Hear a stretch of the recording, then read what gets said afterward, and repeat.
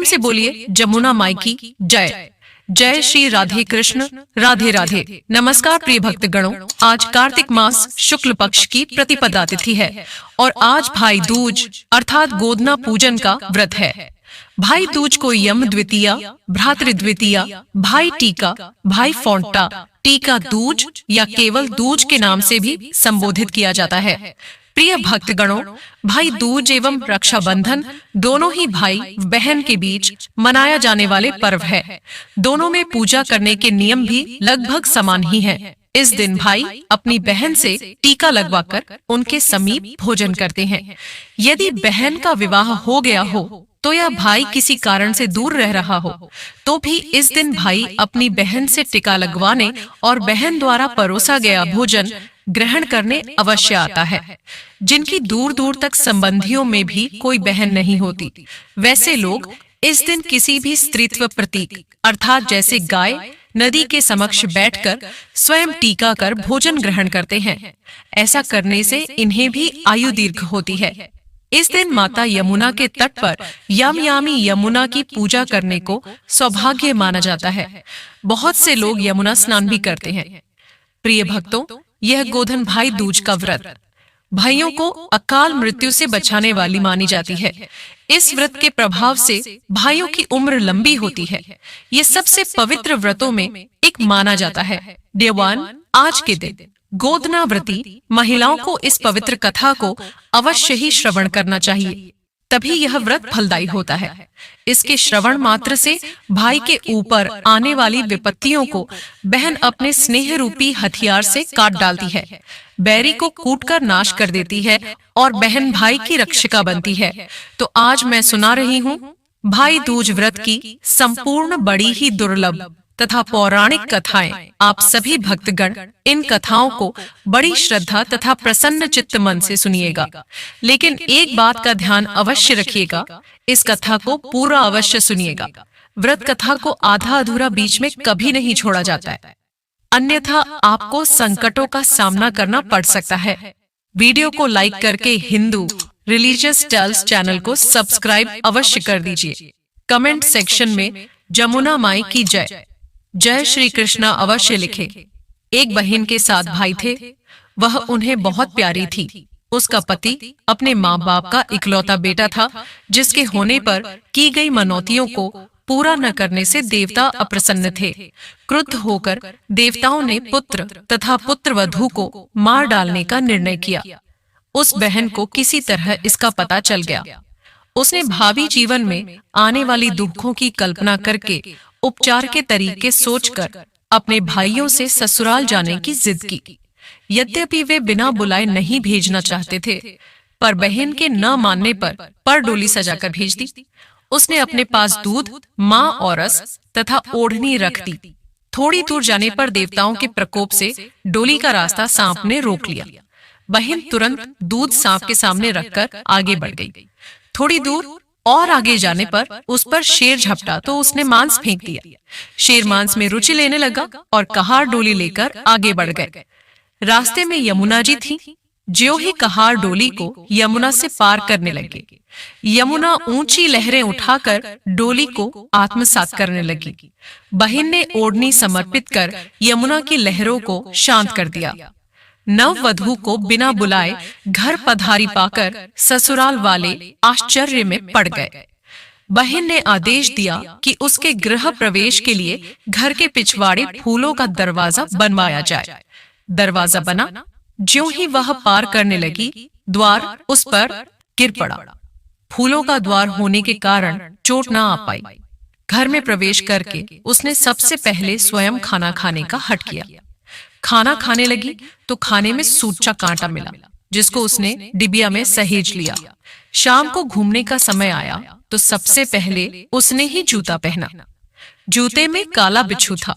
उसने वह भी उसी डिबिया में सहेज कर रख लिया। रात हुई तो उसने फिर जिद की कि पहले मैं ही सोऊंगी। बहू का हर काम के लिए पहला करना यद्यपि किसी को अच्छा नहीं लग रहा था, पर परिस्थितिवश सब हो रहा था। सोने के कमरे में उसे काला नाग मिला। उसने उसे भी मारकर सहेज लिया। फिर पति को शैया पर सुलाया। इतना सब करने के पश्चात उसने अपनी सास को डिबिया खोलकर सुच्चा कांटा, बिच्छू तथा सांप दिखाकर कहा, मैंने तुम्हें पुत्रवती किया है, अर्थात स्वयं कष्ट सहकर तुम्हारे पुत्र के जीवन की रक्षा करके अपने सुहाग को नया जीवन दिया है। ये सब कष्ट देवताओं के रुष्ट हो जाने के कारण उठाने पड़े हैं। भविष्य में कभी मनौती मानकर पूरा करना न भूलना। इतना कहकर 7 भाइयों की परम प्यारी बहन भाइयों के साथ पीहर लौट गई और सास ने देवी देवताओं का पूजन करके भाई बहनों सप्ताही बाचस्तात साप्ताह भाई बहनों के प्रेम की प्रशंसा तथा उनके सुखी होने का आशीष दिया। एक गांव में एक बहुत ही बुजुर्ग महिला रहती थी। उसका एक बेटा था और उसकी एक बेटी भी थी। बुजुर्ग महिला ने अपनी बेटी की शादी कर दी थी। एक दिन जब भाई दूज का त्योहार आया, तभी उस बुजुर्ग महिला के बेटे ने कहा कि माँ, मैं अपनी बहन के घर टीका करवाने के लिए जा रहा हूँ। जिसके बाद उसकी माँ ने कहा, बेटा, हम लोग बहुत गरीब लोग हैं, तुम टीका करवाने के बाद अपनी बहन को क्या दोगे? लेकिन उस बुजुर्ग महिला के बेटे ने जिद करके अपनी बहन के घर जाने के लिए अपनी माँ को मना लिया। फिर वह भाई अपनी माँ की आज्ञा लेकर अपनी बहन के घर निकल पड़ा। जैसे ही वह थोड़ी दूर पहुंचा, तब उसको एक बहुत ही गहरी नदी मिली और वह उसे कहने लगी कि मैं तुम्हें अपने पानी में डुबोकर मार दूंगी, क्योंकि मैं तुम्हारा काल हूं। जिसके बाद वह भाई उस नदी से कहता है कि तुम मुझे थोड़ी देर की मोहलत दे दो, मैं अपनी बहन के घर टीका करवाने जा रहा हूँ। जब मैं वहां से वापस आऊंगा तब तुम मुझे मार देना। जिसके बाद वह नदी भाई को आगे जाने के लिए रास्ता देती है और फिर वह भाई आगे की ओर चल देता है। थोड़ी दूर पहुंचने के बाद उसको एक शेर मिलता है जो कहता है, मैं तुम्हें खा जाऊंगा। इसके बाद वह भाई शेर से कहता है कि अभी नहीं, मैं अभी अपनी बहन के पास टीका करवाने जा रहा हूँ। जब मैं लौट कर आऊंगा तब तुम मुझे खा लेना। फिर भी उस भाई को आगे जाने के लिए रास्ता है और फिर जब वह भाई आगे की ओर बढ़ने लगता है तो कुछ दूर पहुंचकर उसको एक सांप मिलता है और वह भी भाई से कहता है कि मैं तुम्हें मार दूंगा। वह भाई उस सांप भी वही कहता है कि मैं अभी अपनी बहन से टीका करवाने जा रहा हूँ, जब मैं लौट के अंडा नौक के आऊंगा तब तुम मुझे मार देना। वह भाई आगे की ओर चला जाता है और थोड़ी ही देर में भाई अपनी बहन के घर पहुंच जाता है। जब वह अपनी बहन के घर पहुंचता है तो घर के बाहर से आवाज लगाता है, लेकिन घर के अंदर उसकी बहन सूत काट रही होती है। सूत को काटते वक्त उसका धागा टूट जाता है और वहां के लोगों की यह मान्यता थी कि अगर सूत काटते वक्त अगर धागा टूट जाए तो बाहर कोई भी बुला रहा हो और वह बिना आवाज करे और बिना धागा को जोड़े चली जाए तो वह व्यक्ति मर जाएगा। वह बिना आवाज किए धागा जोड़ने लगती है, लेकिन जब भाई के आवाज लगाने पर भी उसकी बहन नहीं आती है तो वह वहां से जाने लगता है। तभी उसकी बहन उस धागे को जोड़कर तुरंत अपने भाई के पास जाकर उसको रोकती है और उसको अपने घर ले जाती है। वह बहन अपनी पड़ोस में रहने वाली महिला के पास जाती है और उससे पूछती है कि भाई दूज के दिन क्या बनाया जाता है। तब वह महिला उसको बताती है कि तुम तेल से अपने चूल्हे को लीपो और घी में चावल पकाओ। वह बहन घर जाकर पड़ोस के द्वारा बताई हुई चीजों को करने लगती है और तभी उसका भाई उससे कहता है कि बहन, मुझे बहुत जोरों से भूख लगी है। लेकिन उसकी बहन पड़ोस की महिला की बातों में आकर काम कर रही होती है। जब उसका भाई रसोई में जाकर देखता है तो वह अपनी बहन से कहता है कि तुम बहुत भोली हो, जिसके कारण तुमको लोग पागल बना देते हैं। तुमने कभी घी में चावल पकते हुए देखा है और तेल से कभी चूल्हे को लीपा जाता है। तुम गोबर से चूल्हे को लिपो और पानी में चावल को पकाओ। वह बहन अपने भाई की बात मानकर वही करती है जैसा उसका भाई करने के लिए बोलता है और वह खाना बनाकर अपने भाई को खिलाती है और थोड़ी देर बाद वह अपने भाई को टीका कर देती है। जब उसका भाई अगले दिन वापस अपने घर जाने के लिए कहता है, तब उसकी बहन अपने भाई के लिए रास्ते में ले जाने के लिए कुछ लड्डू बनाकर देती है कि इसको रास्ते में भूख लगे तो खा लेना, और उनमें से कुछ लड्डू अपने बच्चों के लिए भी बचा लेती है। जैसे ही उसका भाई चला जाता है और उसकी बहन के बच्चे जब खाने के लिए जिद करने लगते हैं, तो वह अपने भाई के लिए बनाए हुए कुछ लड्डू जो अपने बच्चों के लिए बचा लिए थे, वह अपने बच्चों को दे देती है। और तभी उनके बच्चों की नजर उस लड्डू में पड़ती है जो एकदम से नीले हो रहे होते हैं। जब वह जाकर रसोई में देखते हैं तो सच ने उनको पता लगता है कि उनकी माँ ने जो लड्डू बनाए हैं उनमें सांप मर चुका है और उसी से ही हमारी माँ ने लड्डू बनाए हैं। जिसके बाद वह अपनी माँ को जाकर सारी बातें बताते हैं, जिसको देखकर वह बहुत दुखी हो जाती है और तुरंत अपने भाई के पीछे भागती है। रास्ते में कुछ दूर चलने के बाद उसका भाई उसको मिल जाता है। वह तभी उसकी बहन उससे पूछती है कि भाई, तूने लड्डू तो नहीं खाए?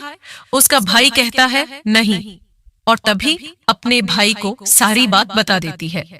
लेकिन तभी उसका भाई कहता है, तुमने मेरी जान आज तो बचा ली है, लेकिन तुम मेरी जान कब तक बचाओगी? और अपनी बहन को अपने साथ हुए रास्ते में सभी चीजों के बारे में बता देता है। उसकी बहन अपने भाई को अकेले नहीं जाने देती है और उसके साथ जाने के लिए कहती है।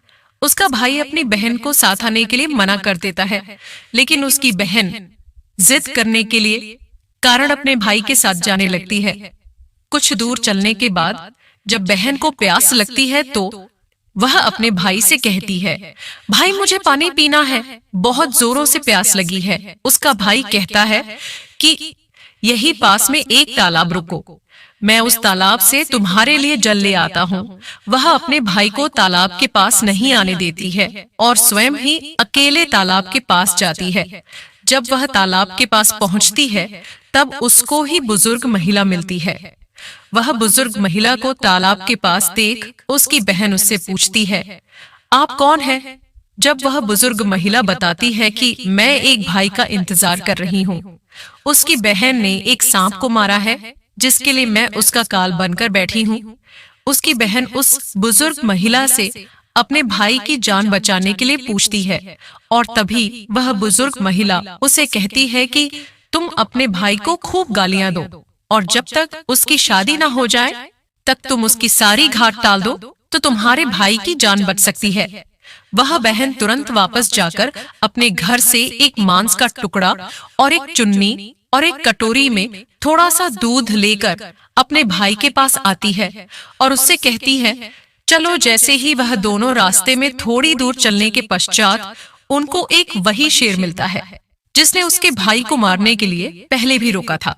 जैसे ही वह शेर उसके भाई को मारने के लिए आगे बढ़ता है तब उसकी बहन शेर को एक मांस का टुकड़ा खाने के लिए दे देती है, जिससे शेर उस मांस के टुकड़े को खाने लगता है और वहां से दोनों लोग आगे चल देते हैं। आगे पहुंचकर जब थोड़ी दूर पर वही सांप मिलता है तो वह सांप को अपने साथ लाई हुई एक कटोरी में दूध को सांप के आगे रख देती है, जिससे सांप दूध पीने लगता है और वह लोग आगे की ओर चले जाते हैं। आगे जब नदी के पास पहुंचते हैं तब उसकी बहन नदी को एक चुन्नी देती है, जिससे नदी प्रसन्न होकर उनको आगे जाने का रास्ता दे देती है और थोड़ी देर पश्चात वह लोग अपने घर पहुंच जाते हैं। घर पहुंचकर उनकी माँ अपने दोनों बच्चों को देखकर बहुत खुश हो जाती है, लेकिन उसकी बहन अपने भाई को गालियां देना शुरू कर देती है। ये देखकर माँ बेटे दोनों बहुत आश्चर्यचकित हो जाते हैं और थोड़े दिन गुजरने के बाद जब अपने बेटे का विवाह करने लगती है, विवाह के लिए जब निकासी की बारी आती है तब उसकी बहन कहती है, पहले मेरी निकासी करो और मेरे भाई को आगे के रास्ते से नहीं पीछे के रास्ते से लेकर जाओ। बहन के ऐसा बोलते ही आगे का दरवाजा टूटकर गिर जाता है, जिसको देखकर सभी लोग हैरान हो जाते हैं। और फिर जब फेरों की बारी आती है तब उसकी बहन कहती है कि पहले मेरे फेरे करो मेरे भाई के बाद में, और ऐसा बोलते ही वहां पर आग लग जाती है, जिससे वह आग को बुझा देती है। और फिर जब सुहागरात की बारी आती है तब उसकी बहन कहती है, मैं भी इन लोगों के साथ में जाऊंगी। सभी लोग बीच में एक पर्दा डालकर उसकी बहन को भी अंदर जाने देते हैं। तभी रात में एक सांप आता है, जिसको उसकी बहन एक डब्बे में बंद कर देती है और अपने भाई की जान बचा लेती है। और सुबह होते ही वह सभी को सच बता देती है कि वह ऐसा क्यों कर रही है, जिसे सभी ने उसकी बहन की प्रशंसा करने लगते हैं और उसका भाई भी अपनी बहन से बहुत खुश हो जाता है और तब उसकी बहन वापस अपने घर चली जाती है। बोलिए से बोली जय श्री कृष्णा, राधे राधे। आइए अब श्रवण करते हैं भाई दूज की पौराणिक कथा। धर्मराज यमदेव एवं नदी श्रेष्ठ माता यमुना, सूर्य नारायण और उनकी पत्नी माता के संतान थी। माता यमुना अपने भाई धर्मराज यमदेव से बहुत प्रेम करती थी। कार्य क्षेत्र भिन्न होने के कारण उनका मिलन कम ही हो पाता था। माता यमुना अपने भाई धर्मराज यम को सदैव अपने पास आमंत्रित करती थी, किंतु व्यस्तता के कारण वो नहीं आ पाते थे और जब उन्हें समय मिलता तो वो यह सोचते कि मुझे भला कोई क्यों ही आमंत्रित करेगा, यमुना मेरी बहन है तो प्रेमवश ऐसा कह देती होगी। ये सोचकर उनसे मिलने नहीं जाते थे। एक बार माता यमुना हटकर बैठी कि आपको आना ही होगा। तब धर्मराज ने अपनी बहन यमुना से पूछा, हे मेरी प्रिय बहन, क्या तुम मुझे वास्तव में निमंत्रण दे रही हो? निसंकोच कहो। धर्मराज की बातें सुन माता यमुना ने कहा, हाँ भ्राता, आपको संदेह है। तब धर्मराज कहने लगे, मुझे बुलाने से लोग डरते हैं, मेरे आगमन से संकोच करने लगते हैं। क्या तुम्हें ऐसा भय या नकारात्मक भाव नहीं आते? तब माता यमुना ने अपने भाई धर्मराज यम के मन में उठ रहे प्रश्नों को शांत करने हेतु उत्तर दिया, हे धर्मराज, सबसे पहले तो आप धर्मराज हैं जो निरंतर धर्म पर चलता है और उसके पश्चात आप मेरे भ्राता हैं। इस स्थिति में भय कैसा? आप अपना कार्य धर्मपूर्ण रूप से करते हैं तथा यदि धर्मानुसार किसी का अंत समय आ जाए तो उसे स्वीकार करना ही जीव का कर्तव्य है, तथा यदि किसी का अंत समय नहीं आया है किंतु आप उसके सामने खड़े हैं तो इसमें कैसा भय भ्राता? अपनी प्रिय बहन की बातों से संतुष्ट होकर धर्मराज ने उनके निमंत्रण को प्रेम पूर्वक स्वीकार किया। कार्तिक मास में शुक्ल पक्ष की द्वितीया यानी दूसरे दिन धर्मराज यमदेवता अपनी बहन से मिलने पहुंचे। माता अपने भाई को आया देखकर प्रफुल्लित हुई। अपने भाई को आसन ग्रहण करवाकर उन्हें टीका लगाया। पके हुए चावल समेत अपने भाई के मनपसंद भोज्य पदार्थ थाल में प्रस्तुत किया। यमदेव भोजन कर तृप्त हुए। अपनी बहन द्वारा किए गए आतिथ्य से वो अति प्रसन्न हुए और प्रसन्न होकर अपनी बहन से कहा, हे यामी, मनोवांछित वर मांगो। धर्मराज यमदेव की जुड़वा बहन होने के कारण माता यमुना को यामी नाम से भी जाना जाता है। यामी ने कहा, हे भ्राता, यदि आप पूर्ण रूप से प्रसन्न हैं तो आप वचन दीजिए कि प्रतिवर्ष आप इस दिन मुझसे मिलने अवश्य आएंगे तथा आज से प्रतिवर्ष जो भी भाई अपनी बहन से इस दिन मिलने जाए, टीका करवाए एवं बहन द्वारा परोसे हुए भोज्य पदार्थ ग्रहण करे, उसे आपका भय न हो। यमराज ने कहा, ऐसा ही होगा। मैं प्रतिवर्ष अपनी बहन से मिलने अवश्य आऊंगा, आतिथ्य स्वीकार करूंगा एवं टीका करवाकर भोजन ग्रहण करूंगा तथा जो भी भाई इस दिन अपनी बहन के पास जाकर ये सब करेगा उसे मैं जीवन दान अवश्य दूंगा। जितने साल वो जाएगा मैं उतनी बार उसे जीवन दान दूंगा।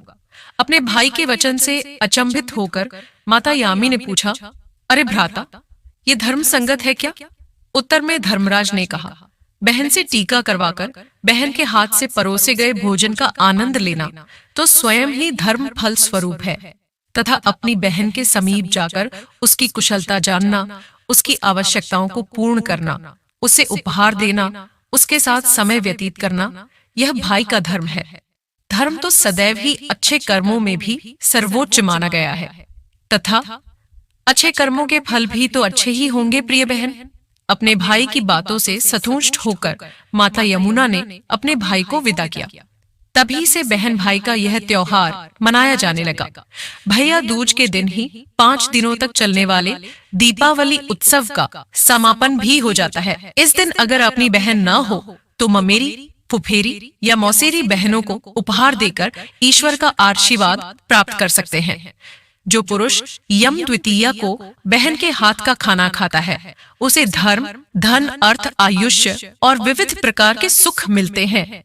साथ ही यम द्वितीय के दिन शाम को घर में बत्ती जलाने से पहले घर के बाहर 4 बत्तियों से युक्त दीपक जलाकर दीप दान करना भी फलदायी होता है।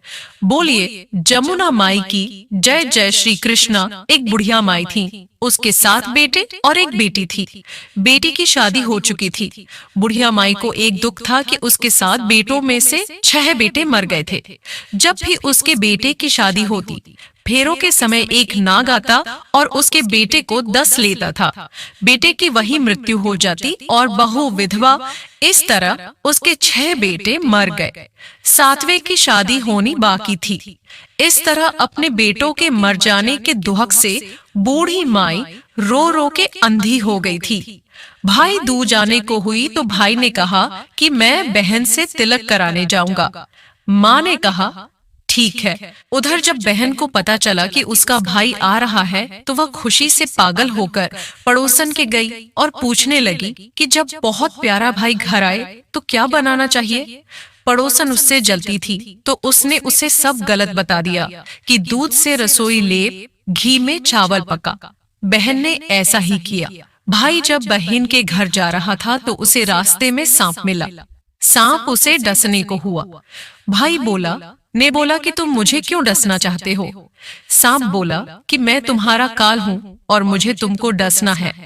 भाई ने उससे निवेदन किया कि मेरी बहन मेरा इंतजार कर रही है। मैं जब तिलक करा के वापस लौटूंगा तब तुम मुझे डस लेना। इस पर सांप बोला कि भला आज तक कोई अपनी मौत के लिए लौट के आया है जो तुम आने के लिए कह रहे हो। भाई ने कहा कि अगर तुझे यकीन नहीं है तो तू मेरे झोले में बैठ जा। सांप ने ऐसा ही किया। उधर बहन के घर जब भाई आया तो वह बहुत खुश हुई। भाई बोला कि बहन जल्दी से खाना दे, बड़ी भूख लगी है। अब बहन खाना कैसे दे, क्योंकि पड़ोसन के बताए अनुसार दूध से लीपकर रसोई सूखी नहीं और घी में चावल पके नहीं। तब भाई ने कहा कि बहन इतनी देर क्यों लग रही है, तू क्या पका रही है। ऐसे में भाई ने बहन को पूरा तरीका बताया कि गोबर से रसोई लीप, दूध में चावल पका। बहन ने ऐसा ही किया। खाना खा के भाई को बहुत नींद आने लगी। इतने में बहन के बच्चे आ गए। बोले मामा हमारे लिए क्या लाए हो। भाई बोला कि मैं कुछ नहीं ला पाया। इस पर बच्चों ने मामा का झोला ले लिया और खोल कर देखा तो उसमें सांप की जगह हीरे का हार था। अगले दिन भाई बोला कि अब मुझे जाना है, मेरे लिए खाना रख दे। बहन ने उसके लिए लड्डू बना के एक डब्बे में रख के दे दिए। भाई कुछ दूर जाकर थक कर एक पेड़ के नीचे सो गया। उधर बहन के बच्चों को जब भूख लगी तो माँ से कहा कि खाना दे दो। माँ ने कहा कि खाना अभी बनने में देर है। तो बच्चे बोले कि मामा को जो रखा है वही दे दो। तो वह बोली कि लड्डू बनाने के लिए बाजरा पीसा था, वही बचा पड़ा है चक्की में, जाकर खा लो। बच्चों ने देखा कि चक्की में तो सांप की हड्डियां पड़ी हैं। यही बात माँ को आकर बताई तो वह पागल सी होकर भाई के पीछे भागी। सभी से पूछती, किसी ने मेरा भाई देखा, किसी ने मेरा भाई देखा। तब एक ने बताया कि कोई लेटा तो है पेड़ के नीचे, देख ले, वही तो नहीं। भागी भागी पेड़ के नीचे पहुंची, अपने भाई को नींद से उठाया। भैया भैया, कहीं तूने मेरे लड्डू तो नहीं खाए। तब बहन ने भाई से कहा कि मैं भी घर तक तेरे साथ चलूंगी। कुछ दूर जाने पर उसे एक बुढ़िया मिली जिसने बताया कि तेरे भाई पर संकट है, तेरे 6 भाई मर गए और अब 7वें की शादी होने पर यह भी मरेगा। बहन ने बहुत प्रार्थना करने पर उस बुढ़िया से भाई के बचाने का रास्ता पूछ लिया। भाई के पास आकर बोलने लगी, तू तो जलेगा, टूटेगा, मरेगा। भाई चौंक गया पर उसे कुछ समझ नहीं आया। इसी तरह दोनों भाई बहन माँ के घर पहुंच गए। थोड़े समय के बाद भाई के लिए सगाई आने लगी। उसकी शादी तय हो गई। जब भाई को सहारा पहनाने लगे तो वह बोली, इसको क्यों सहारा बंधेगा, सहारा तो मैं पहनूंगी, ये तो जलेगा, मरेगा। बहन ने देखा उसमें कलंगी की जगह सांप का बच्चा था। बहन ने उसे निकाल के फेंक दिया। सभी लोग बहन की तारीफ करने लगे। अब जब भाई घोड़ी चढ़ने लगा तो बहन फिर बोली, ये घोड़ी पर क्यों चढ़ेगा, घोड़ी पर तो मैं बैठूंगी, ये तो जलेगा, मरेगा। सबने उसे घोड़ी पर भी चढ़ने दिया। अब जब बारात चलने को हुई तब बहन बोली कि पहले इस दरवाजे से मैं निकलूंगी, ये तो पीछे के रास्ते से जाएगा, दरवाजे से तो मैं निकलूंगी। जब वह दरवाजे के नीचे से जा रही थी तो दरवाजा अचानक गिरने लगा। रास्ते में ऐसे करते करते फेरों का समय आ गया। जब दुल्हन आई तो उसने दुल्हन के कान में कहा कि अब तक तो मैंने तेरे पति को बचा लिया, अब तू ही अपने पति को और साथ ही अपने मरे हुए जेठों को बचा सकती है। फेरों के समय एक नाग आया। वो जैसे ही दूल्हे को डसने को हुआ, दुल्हन ने उसे एक लोटे में भर के ऊपर से प्लेट से बंद कर दिया। थोड़ी देर बाद नागिन लहर लहर करती आई।